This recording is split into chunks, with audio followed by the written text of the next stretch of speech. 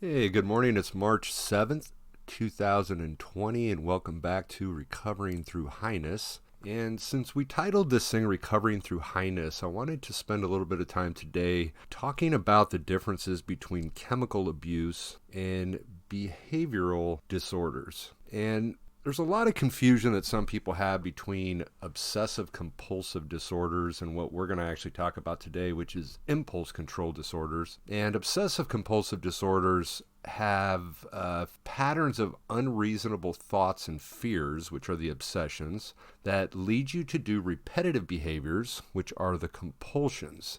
Examples you hear are people that repeatedly wash their hands over and over and over and over again, individuals that knock 3 times on a door for some fear that something bad may happen. And to gain a diagnosis of obsessive compulsive disorder, it has to drastically interfere with your daily life. And so I didn't want to actually talk about obsessive compulsive disorders, but I did want to talk about impulse control disorders, but I did kind of want to differentiate the differences there. Impulse control disorders are examples such as gambling addictions, sex addictions, eating disorders, people that are addicted to exercise, workaholics, and things of that nature. So those are a little bit more defined as impulse control disorders. And it is an inability to resist an impulse that is originally pleasurable, and we could talk about that with drugs, but ends up becoming harmful. And that's what is defined as an impulse control disorder, which is exactly the same thing that you see with drugs. People that participate in impulse control disorders typically do it for the exact same reasons that people use drugs. And so we're going to correlate those two, and we're going to see if we can kind of show how they are very closely interrelated and gain the same results and even highness that people seek out with drugs. The DSM-5, which is the Diagnostic and Statistical Manual of Mental Disorders, is the instrument that all clinicians use to diagnose people, whether you're counselors, psychiatrists, therapists. There are an enormous amount of similarities between diagnosing somebody with a substance use disorder and a impulse control disorder. And the way that it's done is the diagnoses today are done on a mild, moderate, or severe scale. So let's say that you had a cocaine problem. We would look at the different symptoms that are evident in your cocaine problem, and we would rate it on a scale of mild, moderate, or severe that was based on the number of symptoms that you experienced. So if we were to diagnose somebody as having an impulse control disorder, all of the symptoms that are on that same scale that you have for drug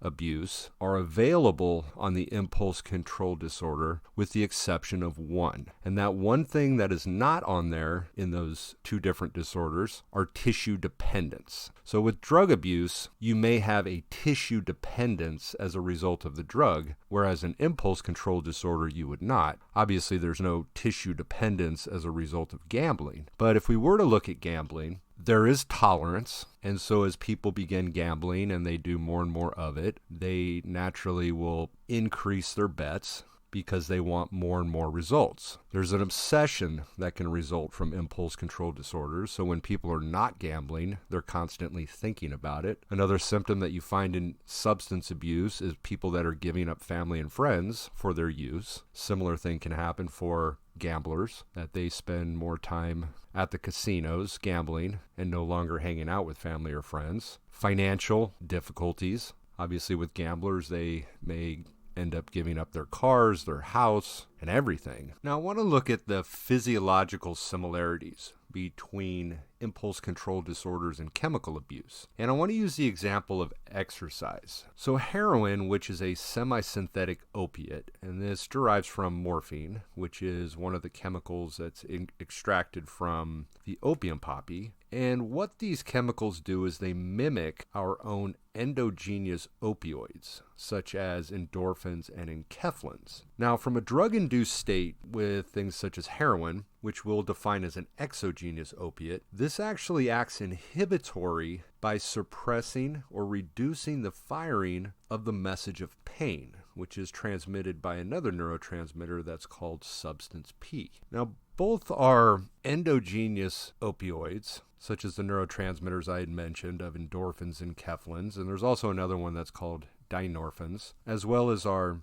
exogenous opiates, such as the chemicals that we abuse. They act both inhibitory and excitatory. So inhibitory, they reduce pain. Now this pain can be both physical as well as emotional pain. And it also acts excitatory with our dopamine, which is our neurotransmitter of pleasure that comes from the mid part of the brain. So with heroin is mimicking our own endorphins as an inhibitory aspect of reducing pain. And as that process is taking place, it is acting excitatory by inducing and stimulating the release of dopamine, which is giving you the pleasure. Dopamine is the neurotransmitter that's involved in all addictions of both chemical abuse as well as impulse control disorders. Now with exercise, when people are exercising, they're tearing muscles. As they're tearing muscles, they get a release of the endogenous opiates or opioids like endorphins and enkephalins. And as that process is happening, it acts excitatory and stimulates the release of dopamine, which is giving you pleasure. And that is what we call a runner's high. People that exercise extensively, they are getting high, and they're getting high on the dopamine. They're getting high on the same neurotransmitter that the heroin addict is getting high on. That's inducing the pleasure that encourages them to repeat the behavior because it feels good. Now, naturally, the intensity is going to be very different for the heroin addict versus the exercise addict, as the heroin addict is flooding their receptor sites with an enormous amount of heroin, which your body is actually seeing as endorphins. And as a result of that, tissue dependence can develop. We have autoreceptors in our neurons that define whether there are too many or there are not enough neurotransmitters. And if it is determined that there are too many, your body will stop producing them, which is where the withdrawal symptoms come into play when people stop heroin, because their body no longer has endorphins or these endogenous opioids that are alleviating or would alleviate the symptoms of the heroin withdrawal. So anybody out there that is addicted to exercise, physiologically you are a heroin addict. Just not on the extreme level, because the highness you're getting are from your own chemicals and not from anything that you're putting in from the outside. Now, it is believed that dopamine, which is in the mid part of our brain, it's a specific part of the brain that's called the nucleus accumbens, has to do with survival. Everything that you do that keeps you alive, dopamine is involved in this. When you eat, you get a release of dopamine. When you drink water, you get a release of dopamine. When you go to the bathroom, you get a release of dopamine. When you have sex for the purpose of procreation, you get a release of dopamine. Endorphins are also believed to play into survival. It is believed that, we'll just say hypothetically, back in the time of dinosaurs, if you were running and you were being chased by a Tyrannosaurus Rex and you were injured, you would get a release of your endogenous opioids, which would alleviate enough pain, with also the release of the dopamine to give you a little bit of pleasure, and it would allow you the opportunity to get away and to ultimately survive. Now, I'm not going to get into this too much, but I wanted to mention a gene real quick. Scientists have been doing studies, and they have found a gene, and it's an allele gene that's called DRD2A1, which is a gene that they found in both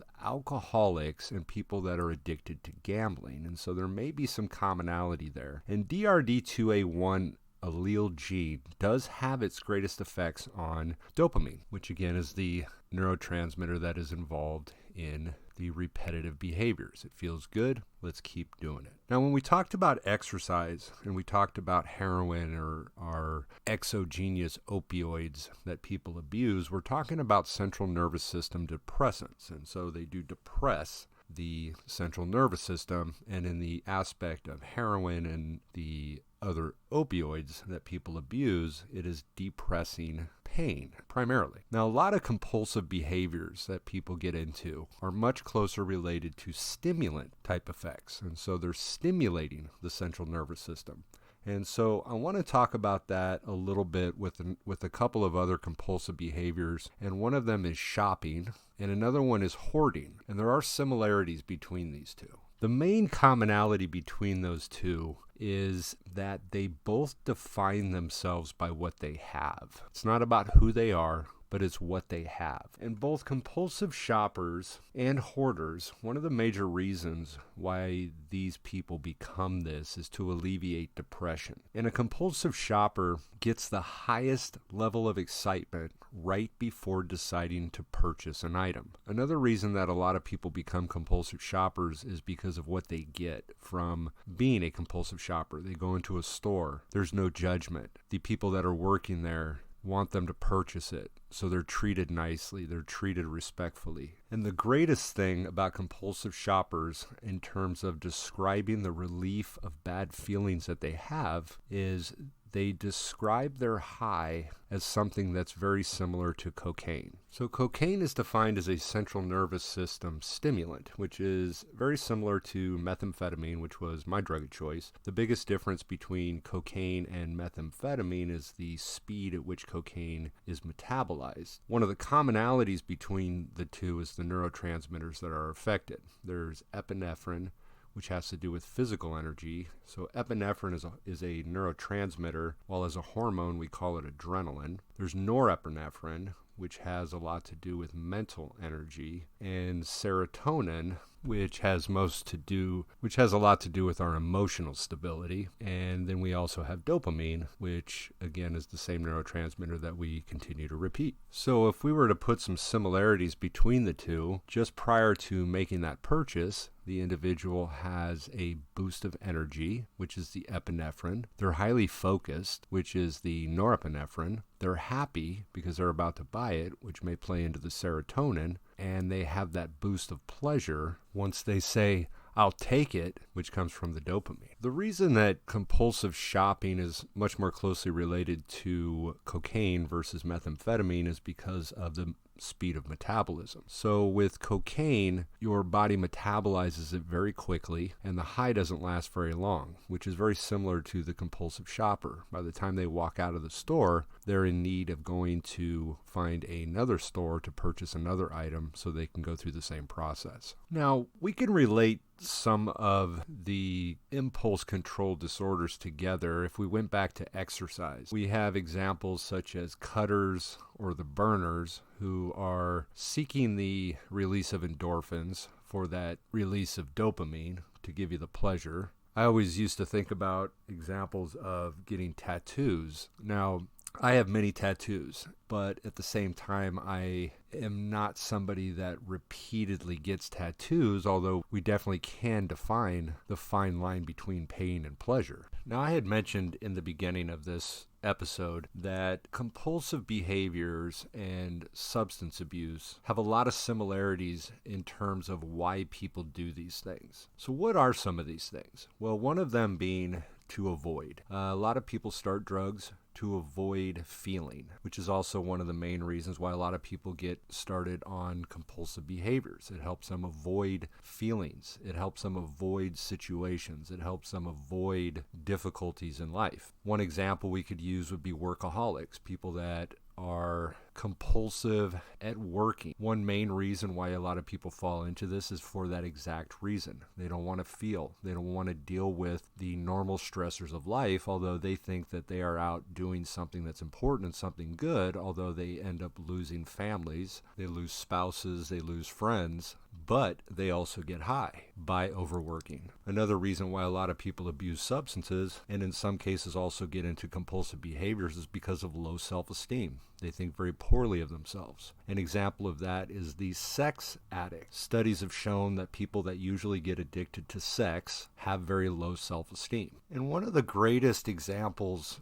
of the relationship between poor image of self, low self-esteem, and an impulse control disorder are eating disorders. And you have anorexia, bulimia, and overeaters are the most common that we would define as having eating disorders. Anorexics have a very distorted perception of their body's shape and size. And I have worked with a lot of females over the years in the substance abuse industry that also had anorexia, and it was very common for them to be 150 115 pounds, 120 pounds, and view themselves as fat. So anorexics will usually withhold nutrition. So in their case, they typically will not eat for long periods of time, or they will refrain from eating anything that has anything that would cause them to gain weight. Bulimics will many times binge eat, and then that would be followed by some form of purging or over-exercising to maintain their weight. And the third one you have is overeating. And overeaters typically will binge eat a lot of times,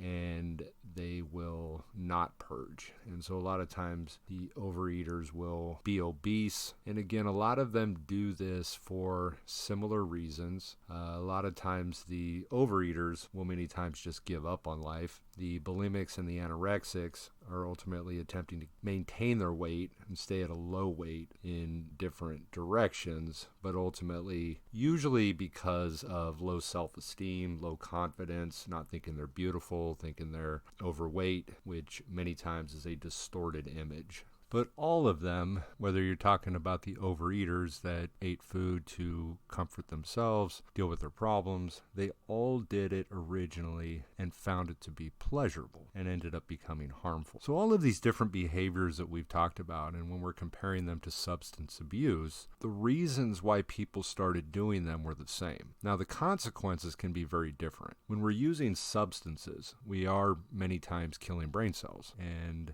this can have long-term effects. The alcoholic or the person that abuses alcohol can end up with liver damage, heart damage, brain damage, kidney damage, where the meth addict, the cocaine addict destroys neurons, which in long term affects their ability to experience pleasure. Usually when they get off the substance, they're highly depressed. The heroin addict will also destroy brain cells. They'll have to go through the potential very painful withdrawal that they experience, where the behavioral and the impulse control disorders can at times also have health problems because they're not taking care of themselves. They will lose family, they will lose friends, they will lose jobs. And so the consequences are also similar to the substance abuser, as they will also lose all of those things as well. But the main reason I bring this up, and to me what is something that I talk about in my book, again, pain, failure, and misery are the stepping stones to success. A lot of times the substance abuser is lucky and is luckier than the people that have the impulse control disorders. And the reason being is the results many times are much more painful, and they slap you in the face much harder than the workaholic. The workaholic is able to hold a job. The workaholic is making money. And so this individual doesn't see this as being a problem. And so there's really nothing to work on. The heroin addict may have an enormous amount of consequences that really does slap them in the face and really does get them to a place to where they are required to look at and work on things that the workaholic or even the gambler doesn't see as being a problem and something to work on. And that again is why I see the substance abuser as having a real opportunity to see the drastic changes that they need to make in their life. Now, there are a couple of impulse control disorders that we haven't spoken of, such as kleptomania, which is an impulsive and repetitive urge to steal. You also have pyromania, which is an impulsive and repetitive urge to deliberately start fires. There are a couple that I do want to speak briefly on, and one of them is intermittent explosive disorders. Now, intermittent explosive disorders is no longer its own diagnosis in the DSM-5. It was in the DSM-3 and the DSM-4. They have lumped it into the disruptive impulse control and conduct disorders, which is where all of these are kind of lumped together. And intermittent explosive disorder would be classified as a recurrent aggressive episode that are out of proportion of any given stressor. And it has to be unjustified to get the diagnosis. So an example, if your spouse is cheating on you and you fall into a rage and very angry, that would not be classified under that because potentially we could call that as justified. So a intermittent explosive disorder, and the reason I wanted to talk about it real quick is because we are trying trying to look at the commonalities between chemical abuse and the impulse control disorders and the behavioral issues. And they've done studies on this, and what they've found are some very common similarities between the intermittent explosive disorder, the kleptomania, the pyromania, and I'm going to talk about one more after this, which is internet addiction, which is a brand new diagnosis that's come forward. And when we're looking at chemical abuse, or again, the impulse control disorders, there has to be something that is being fulfilled by these different behaviors. And when we look at the physiological effects, studies have shown with the intermittent explosive disorder that potentially there's low serotonin, potentially there's low dopamine, and potentially there's a low level of norepinephrine. So norepinephrine and epinephrine, like we talked about, are both involved in the stimulants, and they believe that a low level of norepinephrine can potentially cause a lot of anger and rage within people through those that they've studied. The epinephrine and norepinephrine as hormones fall under the sympathetic nervous system, which has to do with that fight or flight response. And so both of these as hormones play into, the increasing of our heart rate, increasing of our respiration.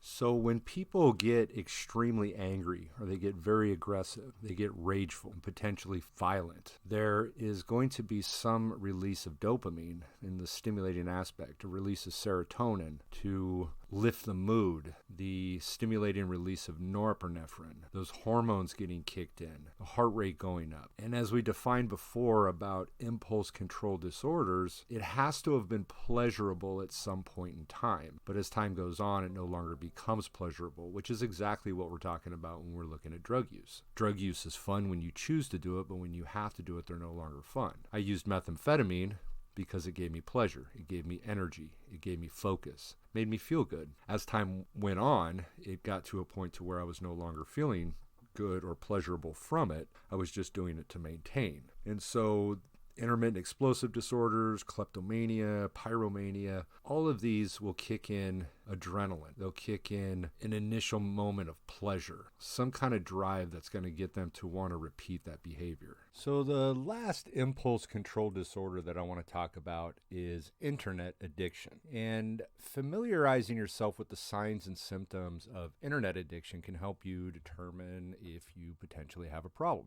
And so signs and symptoms of internet addiction are similar to those of many other types of behavioral addictions, as well as chemical addictions. And those who suffer from internet addiction tend to prioritize internet use above all important life obligations and may skip social activities so they can devote more time to being online. So to diagnose someone with an internet addiction, they have to have at least 5 of the following traits to be diagnosed. The first one being preoccupation with the internet, such as thinking about activities you'll do next time you're online. Can we correlate that to drug use? Absolutely. Preoccupation with drug use. An obsession. The second one is feeling the need to spend more time online to achieve the same amount of satisfaction. What do we talk about with drug use? Tolerance. You're needing to spend more time online, tolerance. Another one is repeated failed attempts to reduce your internet use. So for drug users, repeated failed attempts to control their drug use is a symptom and a sign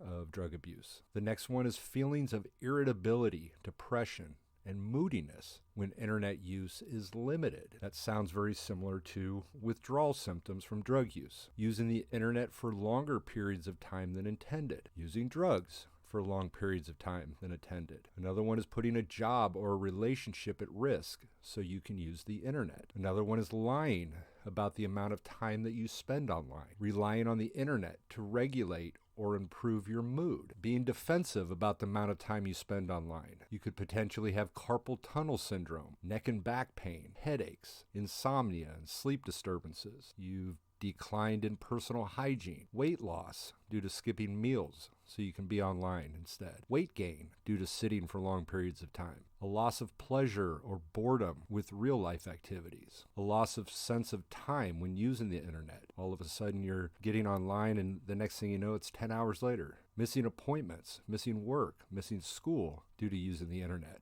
Inability to complete other important tasks due to spending too much time online. And so these are a lot of the signs and symptoms of people with internet addiction. And for most of those, you can throw drug use in place of those. Again, the only difference between chemical abuse and impulse control use disorders are tissue dependency. There's no tissue dependence for internet addiction. Now, treatment-wise, when we look at a lot of the impulse control disorders, some of the most beneficial that they've found is cognitive behavioral therapy. Now, aside from cognitive behavioral therapy, I look at a lot of the same things that people need to work on for those as well as for substance abuse.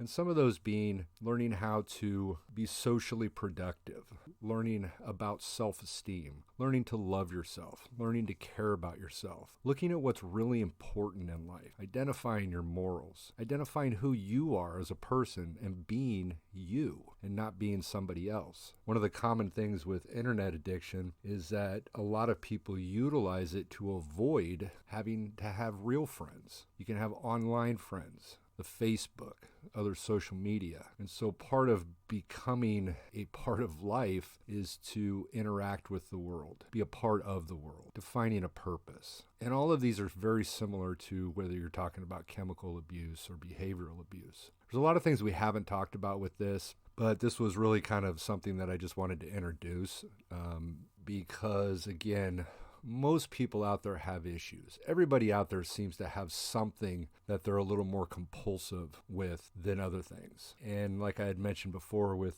the chemical abuse, these individuals get slapped in the face hard enough to where it's forced upon them to have to look at these things, whether it be legal issues or serious health issues, unable to hold jobs and things of that nature. But I think this idea is important for people to think about. We have to figure out what is important to us. What are our real values? And if you define your values and what is really, really important to you, do the things that you are doing fall in line with what those values are. And I think that's what's really important for people to look at. Are my behaviors in line with what is really, really important to me? Obviously, with eating disorders and things of that nature, there's really a lack of love, there's a lack of confidence and all that stuff, which is also why self-esteem is so important. But despite whatever efforts that you take to resolve the issues that you have, there is one thing that is absolutely required, and that one thing is acceptance. You will never work on anything until you've accepted that you actually have a problem, which is again why drug abusers have an easier task at this, because it is usually smacked in their face. Something must happen for people that have impulse control disorders that will make them want to look at this. And again, the first step in this whole thing is taking responsibility and accepting the fact that you have a problem. And until you accept the fact that you have a problem, you'll never work on it. I want to thank you for listening.